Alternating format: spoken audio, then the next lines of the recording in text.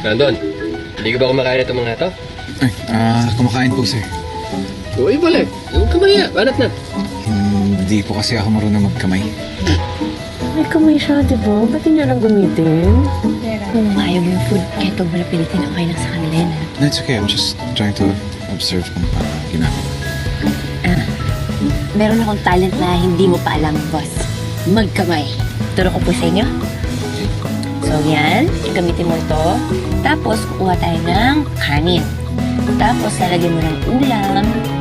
Tapos, ipipipi mo siyang ganun. Tapos, gamitin mo itong hinlalaki. Ay, ano ba yun?